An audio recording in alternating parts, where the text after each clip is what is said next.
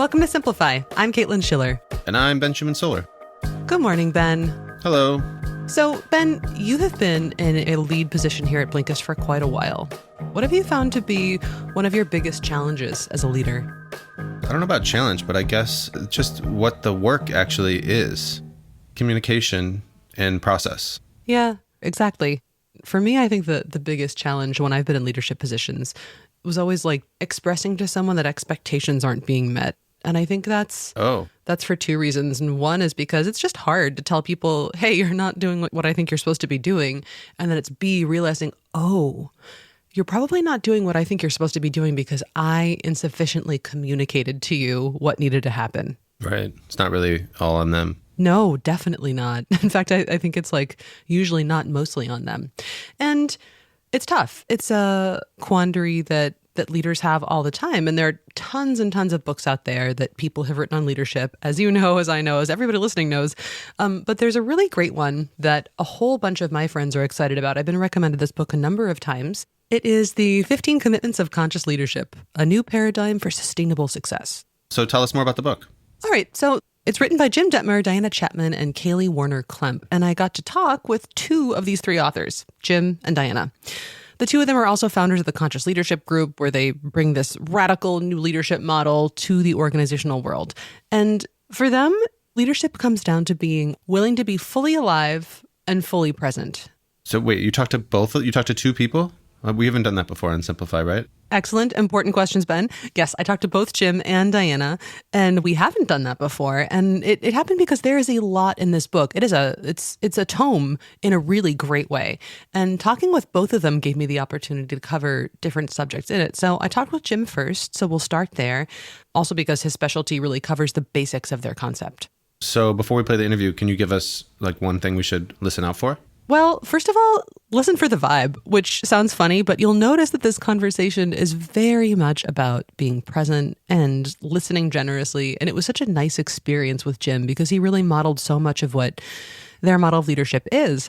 And past that, though, Jim explains the basic, easy to remember model of conscious leadership that they've designed, which is super simple. Are you above the line or are you below it? And that's it. So let's just play the tape. Yeah, let's do it. Stick around after because we'll recap a little bit, add some books to your list, and we'll introduce Diana Chapman, the other author of The 15 Commitments of Conscious Leadership. All right, let's roll it. Hi, Jim. Thanks so much for joining me today. Hello, Caitlin. It's great to be with you. Excellent. Jim, before we jump into talking about the 15 Commitments of Conscious Leadership, I'd like it if you could introduce yourself the way that you like to be introduced.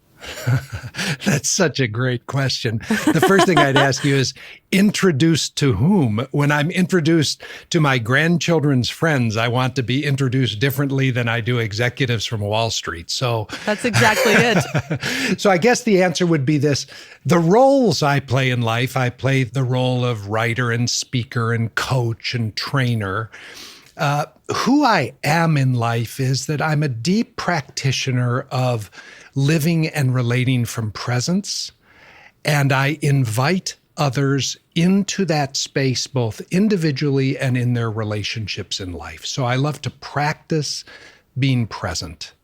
Okay, then let's just be here now and jump right in. I have this nice dossier prepared for all the things I wanted to ask you about surrounding your book, The 15 Commitments of Conscious Leadership, but I have a feeling that we're just going to have a nice freewheeling conversation that is the two of us talking now, and I'm okay with that.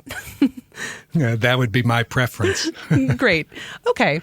So I guess I'm really curious. You said you're committed to being present in life. How did you get into this work? From the time I was a little kid, I've been a seeker. And for most of my life, I think that seeking was driven primarily from pain. For many, many years, I had a literal physical ache in the center of my chest and a lot of existential angst. So from a very young age, I began to look for what could take that ache away. Or another way of saying that, what could give me peace? And then the second thing that has always interested me are relationships. What does it look like to have an authentic, real relationship, whether personally or professionally? So I've been a seeker around relationship technology. What creates world-class relationships? And then the third subject that's always interested me is leadership. And what does a new paradigm of leadership look like? So from the time I was a kid, I've been seeking that. I've found the greatest teachers in the world. We say all the time, none of our thoughts are original, and I really believe that. I'm just a practitioner, and I offer what I've learned back out to the world. Beautiful. And reading your book and in hearing what you just said now, it sounds to me like the most important relationship, and this is, one of the most cliches ever, but the most important relationship to get right and to feel good about is the one you have with yourself. And you have so many tools to help people be authentic with themselves and assess where they are. You talk a lot about context and location. What does that mean for leaders? Yeah, beautiful. So the first place we often start with leaders is developing greater self-awareness. So the basic idea is that all of our life is filled with content. Content is just the stuff of life. It's your quarterly earnings. It's the conversation that you're having with your mother as she transitions into supported life care. It's the bet you placed on the football game this weekend. It's just the content of life. And then all of that is occurring in a context. So the first thing we want leaders to become increasingly self-aware about is, what is their context? And we use a very, very simple model, just above or below the line. And that translates to just this. Are you currently in a state of fear or trust? Are you currently open or closed? Are you currently defensive or curious? Are you currently wanting to learn or wanting to be right? So we just simply ask leaders to begin a self-reflection practice where they pause and they just ask, where am I? Do you ever find that it's challenging to get leaders to be honest about that, where they are? Yes. Yes, totally. Totally. At multiple levels. First of all, it's not natural in any of us, whether leaders or just those of us just moving through life, to tell ourselves the truth when we're scared. Most of us have spent most of our lives adapting to this fear-based reactivity, denying it, repressing it, acting out of it. So the ability to simply ask yourself, where am I? And give enough breath so that you can really locate yourself and say, wow, in this moment, I'm scared. So I was doing that just before our conversation started. And I noticed there was some fear, some anxiety, which is just natural and normal. I've done countless conversations like this. And almost all the time, there's the arising of some nervousness and some excitement, by the way. So learning to be honest with yourself and not to make being scared a bad thing, but rather to make it natural and normal. It's just part of our survival mechanism. It's nothing more than that. We as humans scan the world looking for threats to our survival. When we find threats, we get scared. It's just normal. So the first thing we have to do with leaders is normalize fear. But at the beginning of the journeys, most leaders have a very difficult time answering that simple question honestly. I can imagine. Yeah. And I've got to say, this is my job. And before every interview, I also feel a little bit afraid. Full of anxiety and excitement and also nervousness because you don't know who exactly you'll encounter on the other end of the phone line. Yeah. Well, and just to be clear, we say that there are three core wants that every human has. They want to be liked, loved, and valued. That's the wanting of approval. They want to control things because when we think we're out of control, it's terrifying. And they want security or safety. So again, prior to this conversation, I can feel a little activation around all of those. Like, I want to be liked, loved, and approved of. There's still a part of me that wants that and wants it from you or wants it from the listeners. So there's a little bit of anxiety. Am I going to show up in a way that creates that? So I'm just a normal human. So are you. And one of the keys to our work is how do we relate to each other? So it's so great if we can start out by saying, hi, I'm Jim and I'm a little nervous. And you can say, hi, I'm Caitlin and I'm a little nervous. And then we can go from there. If only first dates started out that way. Wouldn't it be marvelous? It would be so marvelous. But, my experience with people is if you said that on a first date, it just would cut through a lot of the stuff of life that we take a long time to get through. We both are committed to the same level of authenticity, vulnerability, openness. Absolutely. I would love that too. So you said earlier that existing above or below the line, you're acting out of a place of trust or you're acting out of a place of fear. How do you help leaders move more consistently from a place of fear into being able to act from a place of trust? The first key is to develop real awareness about when I am in a fear-based reactivity. So most of us know when we're really in the grip of fear or in our reactive pattern. It's as though below the line there could be -1 to -10. And most of us know what we're like when we're in -8, 9, or 10. That's when we're yelling or walking out or shutting down totally. But what we work with leaders on is, can you start to tell when you're just mildly contracted? And most people, with just a little bit of help, can start to see things they say, ways they behave, things they believe, when they're just in a little bit of fear-based reactivity. So we always say self-awareness is the first step. Can I notice when I'm contracted or below the line? And then self-acceptance is the second step. So what happens with leaders is, because they're leaders, they tend to want to perform well. So they start to believe that the key is to be above the line. Then they start judging themselves for being below the line. They start pretending that they're above the line when they're not. So that's why we say the first key is, can you locate yourself? And then the second key is, can you accept yourself for being just where you are? Like I said, today is Monday and I'm a little reactive. Can I accept myself for that? And can I give myself one breath of acceptance? Because the antidote to fear is acceptance. Now, the reason that's so important is because that breath of acceptance literally begins to change our blood and brain chemistry. So this is neurobiological. This fear-based reactivity pumps, adrenaline and cortisol and norepinephrine into our body, and it changes our breathing pattern. And just powering through fear doesn't change that. What it takes to change that is literally to breathe. 4 conscious breaths. And all of a sudden, my blood and brain chemistry settle down, and there are more options available to me than when I'm in a contracted place. So for long-term sustainable leadership, we need to be able to bring acceptance, quite frankly, to ourselves and to others, because we say to leaders all the time, the people you're leading are just like you. They're scared much of the time. That makes a lot of sense.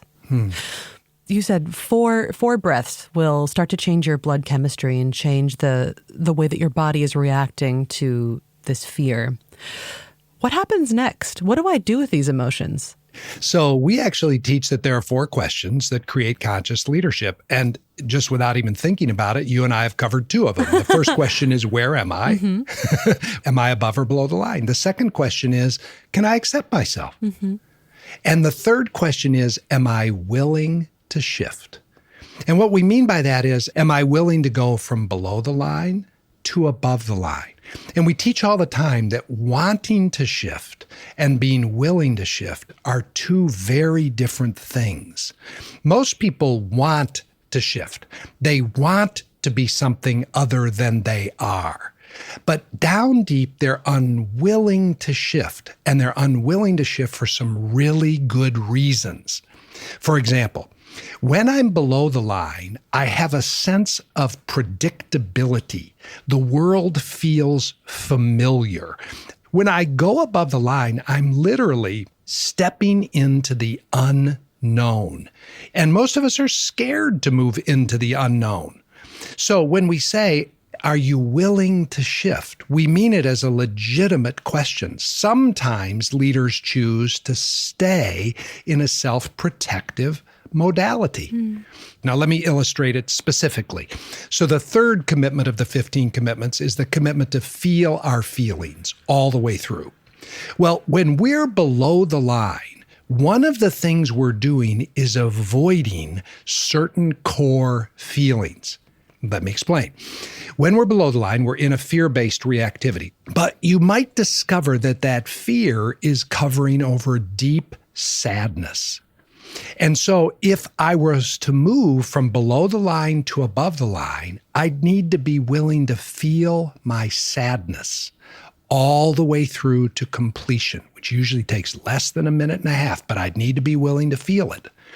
So if I'm below the line, wanting to control my emotional state, in other words, not feel my sadness, not feel my anger, not feel my fear all the way through, and you ask me, are you willing to shift? And I say, well, does that mean I need to be willing to feel my feelings? Leader might say, listen, I don't want to feel my feelings. I'm afraid that, if I get sad and vulnerable, I'm going to appear weak. So then what they discover is they're unwilling to shift into trust. And basically, the 15 commitments are just 15 questions of willingness. Am I willing to feel my feelings? Am I willing to value curiosity over being right? Am I willing to end blame and criticism and take responsibility? So the third question, am I willing to shift, is a big question because it gets at the ways that we're unwilling to be fully alive and fully present. Does that make sense to you, what I'm saying? That does. It sounds great to be able to say, yes, I am willing to shift, but what if someone's just not? And is it possible that they never are? Such a good question. We say that the goal is not to shift. The goal is awareness and acceptance. So if a person gets to that third question, they've asked the first question, where am I? And they accurately locate themselves as below the line. And then they ask the second question, can I give myself a breath of acceptance? And the answer is yes. Then they're really free to shift or not shift. Now, here's the key. In our experience, you'll get a ton of learnings from not shifting. So, for example, let's take this into the personal life. When I'm working with a couple around their intimate relationship, and let's say they're both below the line, and they can accept themselves for being below the line. And now we get to, are you willing to shift? And we get to the fourth commitment. And the fourth commitment is, are you willing to reveal and not conceal? And most couples have tons of withholds where they haven't been fully revealed to each other. Right. So then they look at each other and they say, I'm scared to be honest with you. So for weeks or months or years, I've withheld really authentic truths. And right now, I'm still too scared to be honest. So I'm unwilling to shift. I'm unwilling to reveal all of my thoughts, judgments, feelings, wants, desires, hurts, because I'd rather try to control the relationship by withholding. Now, just think about how real and authentic that statement is. It made me choked up. Sorry. Yeah. Well, the choked up part that you feel and the tenderness I feel in my heart that's what we actually are all deeply seeking, is the ability to be that vulnerable with each other, including saying, I'm unwilling to tell you everything about myself because, quite frankly, I'm scared you won't love me or like me. Now, that's an act of authenticity, and it creates a building block for going deeper in our relationship when we're willing to. Right. Okay. That was not the answer I was expecting to get, but it's so much more generative than what I thought I might hear. Well, what happens, one of the ways that our work is most deeply misunderstood and actually becomes weaponized in the workplace is people think that the goal is to be above the line, and it's not. And then what happens, people turn the question, where are you, into a weapon. And somebody thinking they're using conscious leadership will say to somebody, where are you right now? And there's an accusatory tone to it. And of course, if they weren't below the line, when you ask them that question that way, they'll go below the line because they're hearing criticism and blame. Yeah. So what we teach teams and leaders and people is don't use this as a weapon on yourself or other people, because when you weaponize it, you'll go further below the line. Yeah.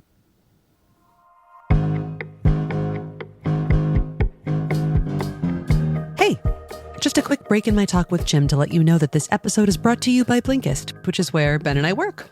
Blinkist is an app that gives you a sneak peek into a whole world of great nonfiction books like Jim's by identifying the key ideas and transforming them into powerful little capsules of text or audio that you can digest in only 15 minutes. And now there are shortcasts too. Shortcasts, in case you don't know yet, are 10 to 15-minute edits of the most important ideas from longer podcast episodes. And we make them alongside the original hosts like Malcolm Gladwell of Revisionist History or Dr. Laurie Santos of Happiness Lab. They're super cool because you can learn really fascinating, fresh stuff in just minutes and get up to speed on those great shows that everybody is listening to. But as with most things, it's better if you just try it out yourself. So go to Blinkist.com/simplify, click Try Blinkist in the top right-hand corner, and you can try it for 14 days for free by entering the code THELINE. One word, the line, THELINE. That's Blinkist.com/simplify. Use code THELINE, and you're good to go. I hope you love it. That's it. Back to my talk with Jim.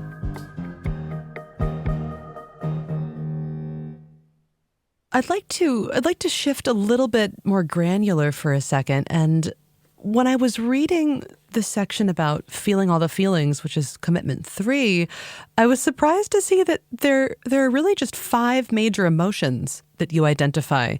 And I don't know that all of them feel like they have a place in the office most of the time. Right. Particularly, there's what are they? There's fear, there's joy, there's sexual feelings, which is the one where I cocked an eyebrow and went, do I feel sexual feelings at work? Yeah. And there are 2 more. I'm missing them right now. That's great. So there's anger, fear, sadness, joy, and sexual creative feelings. And you're right. When we wrote the book, we just wanted to articulate what we believe the core feelings are. Now, a completely different conversation is, are we willing to have those feelings in all areas of our life? So we wanted to start with the basics. And we say the 5 core feelings are kind of like the 3 primary colors. Out of those 3 primary colors, you make all the rest of the colors.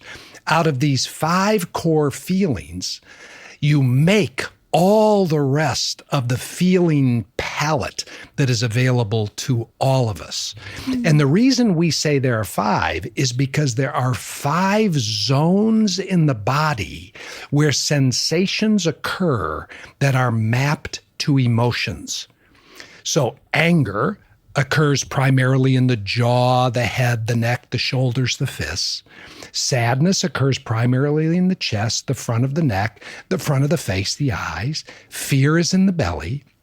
Joy is like an effervescent tingling that can actually run over the whole body that tends to want to make us move up. If you're at an athletic event and your team scores, you'll notice that tens of thousands of people stand up and they raise their hands up. That's joy. So true. Now, the reason we added that 5th one is because the body has sensations that begin in erogenous zones and then circulate throughout the whole body. Those sensations are, for lack of a better term, sexual feelings. Now, here's the key. The goal is to understand that sexual feelings don't need to lead to sex or inappropriate actions or behaviors. They can actually be moved into deep, creative energy. And in the workplace, creativity is the currency of today's workplace, innovation. And we believe that creative innovation is significantly tied to our ability to feel that sexual energy all the way through our body. And again, unrelated to sex.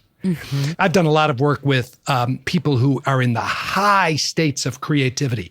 And I'll never forget dealing with one of the leaders of one of the largest ad agencies in the world. And when he said, wow, there's so much sexual energy in this creative environment. People don't know how to be with it in a healthy way. So they're doing all kinds of goofy stuff with each other and in the workplace. And when we try to kink that, then they get uncreative. So our goal is to have creative energy flowing in a way that is deeply respectful and profound in the way we treat one another, but still fully creative. Now, again, we have all kinds of clients who don't want to talk about sexual feelings. We say, great, we'll never talk about them. But when we wrote the book, we wanted to at least provide the entire landscape of leadership experience, and then people can decide what they want to do with it. But absent the ability to be with feelings in the workplace, we have all kinds of issues that show up in the workplace. Yeah. So then I know a lot of, let's call them more traditional leaders who might say that feelings have no place in the workplace. But your book contends something extremely different, and there are very specific things that emotions are good for. I wondered if you could talk about what those 5 core emotions can help us diagnose. I found that really fascinating. Yeah, so we work with leaders all the time who say feelings have no place in the workplace. We just want to be objective. We want to be data-driven. We want facts. And the first thing we say to them is, absent you being self-aware about your feelings, then they are a data set in your decision-making that you're blind to. And that causes poor decision-making. There's information in those feelings. I'll just give you a quick summary. So anger, when anger is here, it's an invitation to look at what is not of service. Anger is designed to say, stop. Something is going on here that is not of service to me, to you, to our team, to our company, to the collective. Leaders who don't have anger have poor boundaries. They don't know how to say no. Fear is an energy that's designed to wake us up. It's saying, wake up and pay attention. What am I not seeing? What am I not facing? When we don't allow fear into the workplace, we override our instinctual knowing that there's something we're not fully facing, and that causes problems. Sadness. Sadness is here to invite us to let go of something that isn't working, to let go of a relationship that has run its course, to let go of a dream, a vision, a possibility. Because unless we can let go and grieve, we're not available to the present, to the new creative impulse of the moment.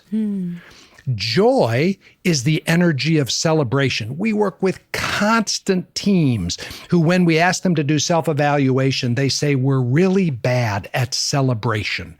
We don't appreciate ourselves for the little wins and the big wins. That's because they've cut themselves off from joy. And this is something that starts in us as little children. Because when you felt your joy as a little child and you did a happy dance, many of us had caregivers who said, hey, be careful here, because if you get that full of yourself, you're going to become too big for your britches. Life can't be that good. So what ends up happening is we literally kink our joy. And as we've already indicated, sexual energy is designed for creativity. What wants to be created? What wants to be innovated? What wants to be improvised? So there you go. Those are 5 things we get from having emotional intelligence in the workplace.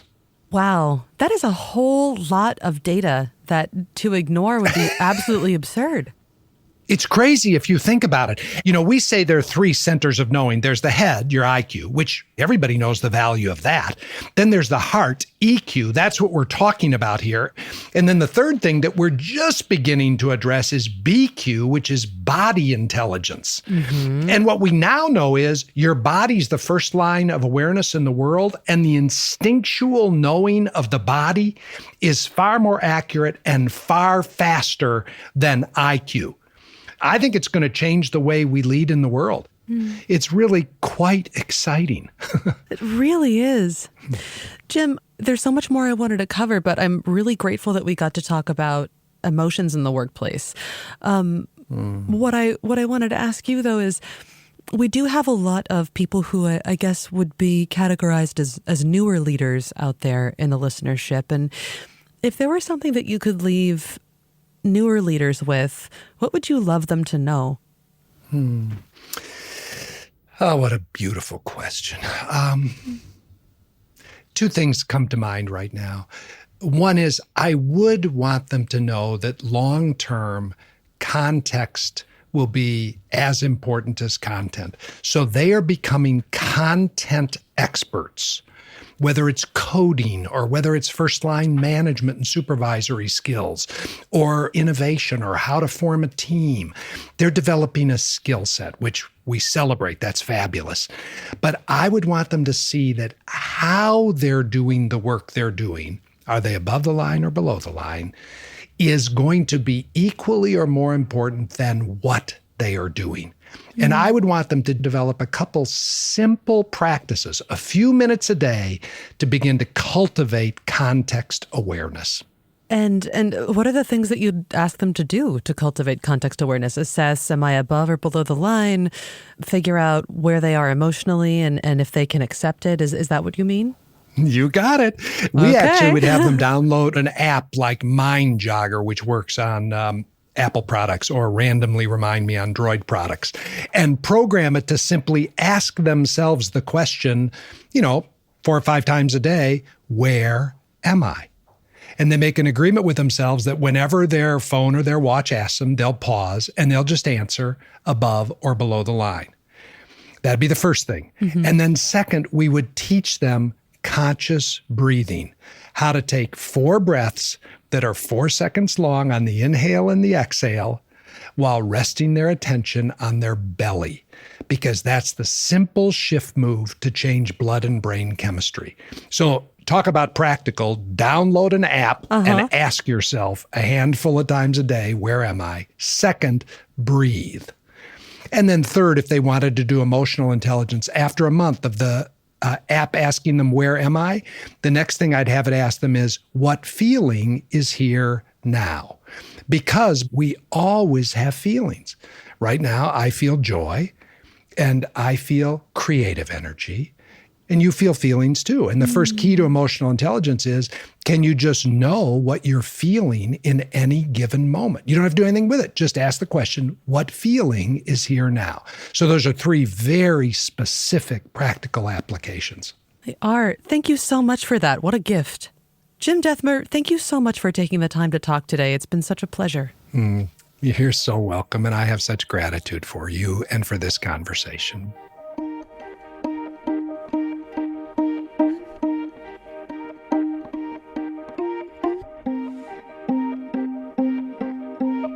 Welcome to the bookend, where we end with books. What I really, really liked about this book, and this talk in particular, that Jim really focuses on feelings and what they can do for us on the job and what they're doing for us every single moment. I love that he gave these concrete locations for feelings. That was really helpful to me, actually, and how they can be useful. So to recap, he says that anger begins in the jaw, which I've definitely felt before. Sadness in the throat and the chest and the front of the face, which I hadn't thought about it, but actually when I think about sadness, I don't know about you, but I do feel it there, especially between my eyebrows. Fears in the belly, joy is an effervescent tingling, and he says that sexual feelings begin in the genitals but are really about creative energy. And all of these feelings, they're doing things for us. They're telling us things like anger is here to help us notice something that is not needed anymore. And if we're sad, it's an invitation to us to let go of something that isn't working, and so on and so forth. So I really liked how concrete Jim made feelings and how easy he made it to tune into them and notice what they're doing for us in every moment by giving us locations in the body to look for them. Yeah, again, like another kind of awareness, right? Exactly. How about you? Did you notice anything? I think what I liked was the idea that the goal isn't to be above the line. Like the line isn't to be weaponized.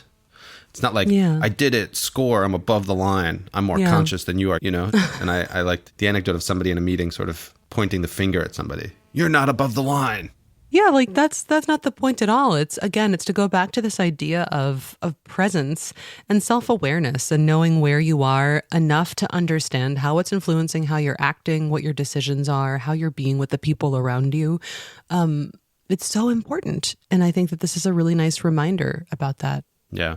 So should we do the books? I'm curious about what other books you brought to this episode. Yes. So the first one that I want to recommend is from another Simplify author. It's No Hard Feelings, The Secret Power of Embracing Emotions at Work. It's kind of similar to some of the concepts in this book. We talked with Liz Fosslien. It's by Liz Fosslien and Mollie West Duffy, and talked with Liz Fosslien, I guess about 2 years ago. It was last year. It was season 6. It's really great. It's a guide to understanding and managing your emotions in the context of your working life and helping you figure out how to make them work for you in the workplace, help you be a better communicator, help you figure out what you need and want.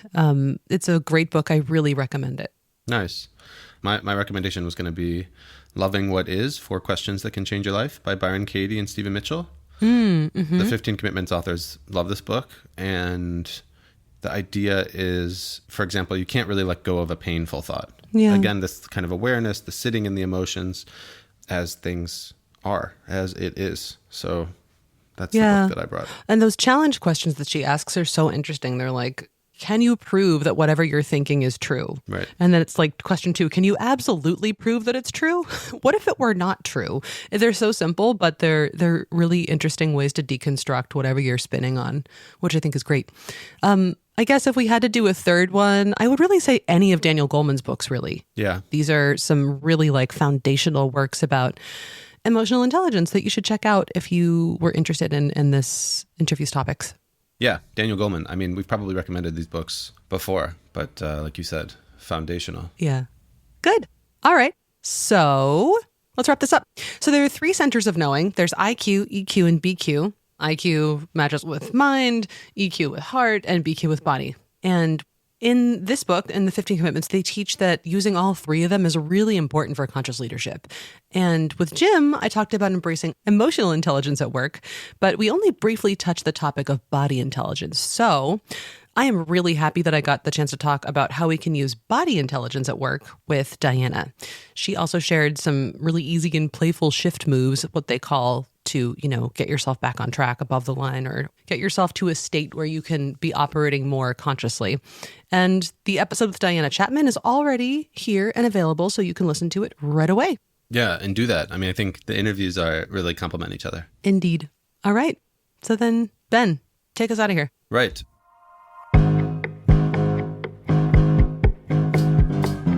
Simplify was produced by me, Ben Schumann-Solar, Caitlin Schiller, Ines Blasius, and Marta Medveshek. Before we go, we have 2 requests of you. One, if you like this episode, just share it with someone. Maybe somebody else who is a leader. Maybe your boss, or maybe that's passive aggressive. I don't know. And then the other thing is leave us a comment on Apple Podcasts. We'd love to hear what you think of Simplify. Or you can, of course, reach out and write us at podcast@blinkist.com, and we'll read it and get back to you. And if you didn't know, this episode is brought to you by Blinkist, which is where Caitlin and I work still, all these years, all these episodes, all these seasons. Blinkist is an app, but you can also find us on the web, Android store, iOS, all the apps. And, we take the key insights from the world's best nonfiction books and podcasts and distill them into little capsules you can listen to in about 10, 15 minutes. So check it out. Yep. And there are also shortcasts, which are the same thing, but in podcast form. And there are also shortcasts of Simplify. So if, for example, you wanted to listen to that Liz Fosslien episode I mentioned, you could listen to it in the Blinkist app. It's just 10 minutes. It sucks out the key insight from the interview and makes it so you can learn it really quickly and delightfully. Right. And if you want to try Blinkist, we made a voucher code so you can get 14 days free of Blinkist. Go to Blinkist.com/simplify, tap on Try Blinkist in the upper right-hand corner, and use the code THELINE, and you get 14 free days. Woohoo, do it. All right, that's it for today. I am on Twitter at Caitlin Schiller. Ben is at Beasto. And again, you can email us at podcast@Blinkist.com. Till next time, checking out. Checking out.